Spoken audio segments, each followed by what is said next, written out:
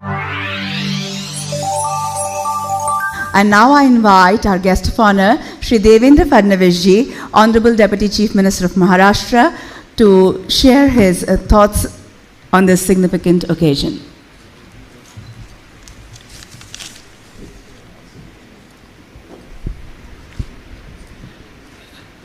आज के हमारे मुख्य अतिथि भारत सरकार के मंत्री और जिनको इंफ्रास्ट्रक्चर चैंपियन के रूप में हम लोग जानते हैं, ऐसे आदरणीय नितिन गडकरी जी,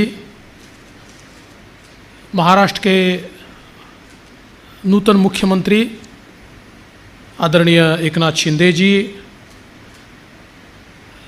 भारत सरकार में राज्य मंत्री के रूप में काम करने वाली आदरणीय मीनाक्षी लेखी जी, CII के प्रमुख श्री संजीव बजाज जी, चंद्रजीत बनर्जी, राजन नवानी जी, यहाँ उपस्थित CII के सभी मेंबर्स, देश के अलग अलग भागों से यहाँ पर पधारे हुए सभी बिजनेस, कॉमर्स, इंडस्ट्री के चैंपियंस, उपस्थित बहनों और भाइयों, मैं आप सभी को इस अमृत काल की बहुत बहुत शुभकामनाएं देता हूं और विशेष रूप से मिनिस्ट्री ऑफ कल्चर और CII का आभार व्यक्त करता हूं कि अभी कुछ दिन पहले ही शिंदे जी ने और मैंने शपथ ली और हमारी शपथ के बाद हमारा पहला पब्लिक कार्यक्रम ये आज का कार्यक्रम हो रहा है। तो पहला कार्यक्रम ही अमृत काल का कार्यक्रम हो, ये भी अपने आप में एक मैं ऐसा मानता हूँ कि बहुत महत्वपूर्ण है।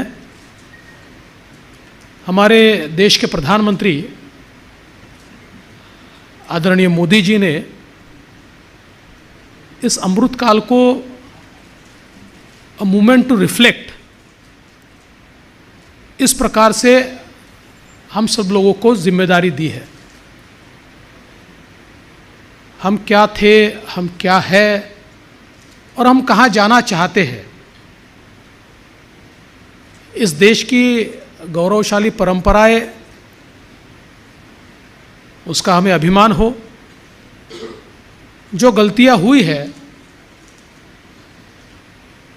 उसकी भी जानकारी, उसकी भी अनुभूति हमको हो और आगे जहां पहुंचना है उसका एक रोड मैप भी हमारे सामने हो। इसलिए इस अमृत काल का उपयोग इंडिया एट 75 हमने किया और इंडिया एट 75 में रिफ्लेक्ट करते हुए इंडिया एट 100 की हमारी परिकल्पना क्या होगी, इसका भी विचार हम मिलकर कर रहे हैं। और मैं ऐसा मानता हूं कि वर्तमान में जब भविष्य का विचार होता है तभी प्रगति होती है। आज जो चीज़ें हैं उन चीज़ों के ऊपर तो हम सब लोग काम करते ही हैं, किंतु जब तक संकल्प नहीं होता तब तक प्रगति नहीं होती। और कोरा संकल्प करके वो केवल एक स्वप्न होता है, लेकिन उसकी ओर जाने का रोडमैप तैयार करके जब संकल्प को हम सिद्धि में परिवर्तित करते हैं तभी स्वप्न पूर्ति की अनुभूति हम सभी लोगों को मिलती है। इसलिए मैं ये मानता हूं कि आज का कार्यक्रम ये बहुत महत्वपूर्ण कार्यक्रम है और विशेष रूप से अभी जिस प्रकार से मीनाक्षी जी ने बताया कि हम सभी लोग एक ऐसी कगार पर खड़े हैं जहां पर एक छलांग हमने लगाई है और बहुत ऊंची छलांग की तैयारी हो चुकी है। एक साथ मिलकर भारत हमारे प्रधानमंत्री जी के साथ अगर आगे बढ़ेगा तो संजीव जी ने जो बात कही 7 ट्रिलियन इकोनॉमी, मैं ऐसा मानता हूँ बिल्कुल हम लोग कर सकते हैं। और संजीव जी आपने जो बात कही बिल्कुल सही है। महाराष्ट्र तो भारत की अर्थव्यवस्था का पावर हाउस है, ये इंजन है, ये ग्रोथ इंजन है। और हमने 2015 में ये संकल्पना की थी कि 2030 तक हम $1 ट्रिलियन इकोनॉमी में पहुंचेंगे। और आज फिर एक बार उस संकल्प को मैं दोहराता हूं। हमारे नूतन मुख्यमंत्री एकनाथ शिंदे जी के नेतृत्व में महाराष्ट्र ये 2030 से पहले $1 ट्रिलियन इकोनॉमी होगा। Infrastructure, technology and innovation lead development एक मॉडल हमने तैयार किया है। ये तीनों चीज़ों को साथ में लाकर हम लोग इस $1 ट्रिलियन इकोनॉमी को अचीव करेंगे। और एक ग्रोथ का जो मॉडल हमारे प्रधानमंत्री जी ने दिया है, हम लोग इंक्लूसिव ग्रोथ की बात तो सालों से करते हैं, पर आज इंक्लूजन दिख रहा है। तो $1 trillion economy, as you have rightly said, is not for handful few, but it's a inclusive model जहां पर समाज के आखिरी व्यक्ति को भी हम लोग इसमें समाहित करना चाहते हैं, इंक्लूड करना चाहते हैं। और उसकी प्रगति के साथ, उसकी उन्नति के साथ ये $1 ट्रिलियन इकोनॉमी का सपना हम लोग पूरा करना चाहते हैं। महाराष्ट्र में विशेष रूप से इंफ्रास्ट्रक्चर के सेक्टर में हमने बहुत काम शुरू किया है। नितिन जी का भी मैं आभार व्यक्त करना चाहता हूं कि उनके मंत्रालय ने महाराष्ट्र में बहुत बड़े पैमाने पर एक नेटवर्क रोड्स का तैयार किया और तैयार हो रहा है। और इसके साथ साथ हम लोग एयरपोर्ट से, अभी न्यू मुंबई एयरपोर्ट तेजी से हम लोग उसको पूरा करना चाह रहे हैं। अलग अलग शहरों में मेट्रो का नेटवर्क हम देख रहे हैं। मुंबई में मेट्रो का नेटवर्क आज फिर एक बार हम तेजी से आगे ले जाना चाहते हैं। कभी कभी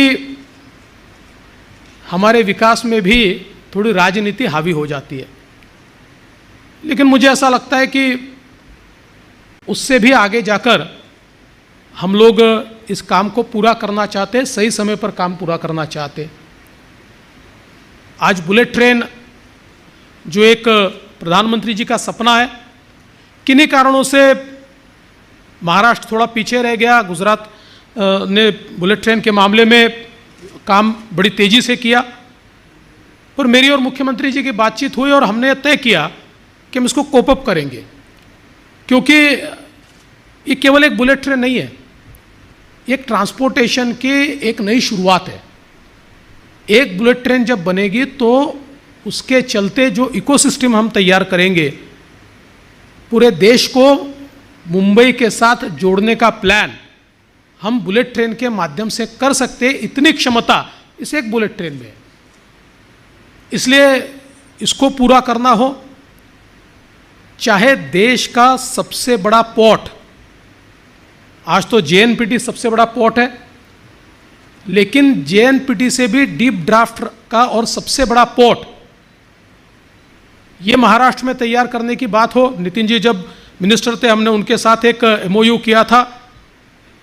किन्हीं कारणों से कुछ समय उसमें कुछ एनवायरनमेंट के प्रॉब्लम्स थे, उनको सबको हमने दूर किया। और अब तो भारत सरकार ने यह तय किया है कि भारत सरकार उसको टेकअप करेगा और पोर्ट में जो भी प्रॉब्लम्स है उसको दूर करने का काम शिंदे जी और हम मिलकर करेंगे। और हमने तय किया है, क्योंकि Nagpur Mumbai communication super expressway Samruddhi Mahamarg जब शिंदे जी ने और हमने मिलकर किया तो एक नया मॉडल हमने दिखाया कि जब हम लोगों को साथ में लेते हैं तो विरोध कम होता है, 700 किलोमीटर के रोड का 100% लैंड एक्विजिशन 9 महीने में हमने पूरा किया और आज रोड शुरू होने की कगार पर है। उसका एक फेज़ जल्दी हम लोग लोगों के लिए उसको ओपन करेंगे। तो हम ये चाहते हैं कि चाहे पोर्ट का डेवलपमेंट हो तो एक एक आदमी की बात को सुनकर उसको उसमें इंक्लूड करके part of the growth story, ऐसा हर व्यक्ति को इंक्लूड करके हम उसको पूरा करेंगे। और मेरा विश्वास है कि ये पोर्ट जिस दिन हम लोग तैयार कर पाएंगे उस दिन ये जो $1 ट्रिलियन इकोनॉमी का सपना है, ये सपना बहुत तेज़ी के साथ हम पूरा कर पाएंगे। आज हम लोग चाहते हैं कि ट्रांसपोर्टेशन के सेक्टर में पब्लिक ट्रांसपोर्ट महाराष्ट्र में हम कंप्लीट पब्लिक ट्रांसपोर्ट ये क्लीन फ्यूल पर ले जाए और उसको एक हम लोग उसकी फेजेस भी तैयार कर रहे हैं। आने वाले दिनों में पब्लिक ट्रांसपोर्ट में कहीं पर भी कन्वेंशनल फ्यूल का इस्तेमाल न हो, इस प्रकार का भी प्रयास हम लोग करेंगे, जिसकी शुरुआत हमने महानगरों से की है। महानगरों में हम लोग ट्रांसपोर्टेशन सिस्टम को क्लीन सिस्टम में परिवर्तित कर रहे हैं और धीरे धीरे हमारी जो स्टेट ट्रांसपोर्ट है उसको भी हम लोग अल्टरनेट फ्यूल की ओर ले जाएंगे। तो मुझे लगता है कि इससे एक जो COP22 की बात की तो उसके जो हमारे जिन चीज़ों तक हमको पहुंचना है वो पहुंचने में मदद तो होगी, लेकिन उसके साथ साथ एक इंडस्ट्रियल ग्रोथ के लिए, एक मैन्युफैक्चरिंग के लिए एक नई इकोसिस्टम भी उससे तैयार होगी। और मैं CII को फिर एक बार इनवाइट करना चाहता हूँ। आपके साथ मिलकर महाराष्ट्र ने बहुत काम किया है और आने वाले दिनों में चाहे वो EV हो या फिर जो ये सारे सेक्टर में जो अलग अलग इनोवेशन हो रहे हैं, इसमें महाराष्ट्र को लीडर बनाने के लिए, महाराष्ट्र लीडर तो है ही, पर उसको और आगे ले जाने के लिए हम क्या क्या कर सकते हैं, इसके लिए हम CII के साथ बैठकर जो भी पॉलिसी डेफिसिट्स है उसको दूर करेंगे। जो भी आप चाहते हैं, नई पॉलिसी चाहते हैं, पॉलिसी में चेंजेस चाहते हैं, वो सारे हम करेंगे। और आपके माध्यम से देश भर के और दुनिया के इन्वेस्टर्स को हम इनवाइट करना चाहते हैं कि इस क्षेत्र में महाराष्ट्र बहुत आगे बढ़ना चाहता है और उसके लिए जो भी सुविधाएं हैं वो महाराष्ट्र देना चाहता है। विशेष रूप से हमारी जो MIDC है, वो MIDC हमारा वन स्टॉप शॉप है कि जहाँ पर हम लोग उसके माध्यम से जो भी इंसेंटिव्स है वो इंसेंटिव्स भी हम लोग बिल्कुल देना चाहेंगे। तो आप आइए, हमारे साथ मिलकर काम कीजिए। इस क्षेत्र में Maharashtra should be the first state कि जिसको हमने इस प्रकार से 100% पब्लिक ट्रांसपोर्ट को हम लोगों ने अचीव किया है। और नितिन जी का जो सपना है कि कंप्लीट हम लोग EV पर धीरे धीरे शिफ्ट हो जाए, तो ये सारा इकोसिस्टम हम महाराष्ट्र में तैयार करना चाहते हैं। और विशेष रूप से एक जिसको हम लोग तो हमेशा कहते हैं कि एक स्टार्टअप कैपिटल तो महाराष्ट्र है ही। कई बार लोगों को लगता है कि बेंगलोर है, हैदराबाद है, लेकिन when you go to the absolute numbers then you will understand that the startup capital is Maharashtra. लेकिन वो स्टार्टअप इकोसिस्टम को भी हम लोग बहुत बड़ा करना चाहते हैं। तो उस दृष्टि से भी आप लोगों का जो सहकार्य है वो आने वाले दिनों में हम लोग ज़रूर लेंगे। इससे पहले आप लोगों के साथ बहुत क्लोजली हमने वर्क किया है और मुझे इस बात की खुशी है कि CII जैसी जो हमारी संस्थाएं हैं वो राज्य सरकार के साथ बहुत अच्छे तरीके से काम करती है और उसका एक हमारी इकोनॉमी को भी फ़ायदा होता है। तो मुझे लगता है कि आज जब हम लोग इंडिया एट 100 इसका विचार कर रहे हैं तो ये जो एक हमने इंफ्रास्ट्रक्चर, इनोवेशन और तंत्रज्ञान, इसको तीनों को साथ में लेकर, टेक्नोलॉजी को साथ में लेकर ये जो रोड मैप तैयार किया है, आप सभी को उस रोड मैप का स्टेक होल्डर मैं मानता हूँ। और हम सब लोग मिलकर निश्चित रूप से हमारे देश को आगे बढ़ाने के लिए, देश का पावर हाउस महाराष्ट्र ये आगे बढ़े, इस दृष्टि से हम सब लोग मिलकर काम करेंगे। मैं आज के इस मौके पर आपने इस बहुत अच्छे कार्यक्रम से हमारे भी कार्यकाल की शुरुआत की, इसलिए आपका बहुत बहुत आभार व्यक्त करता हूँ, भारत सरकार का आभार व्यक्त करता हूँ और अपने शब्दों को विराम देता हूँ। जय हिंद, जय महाराष्ट्र।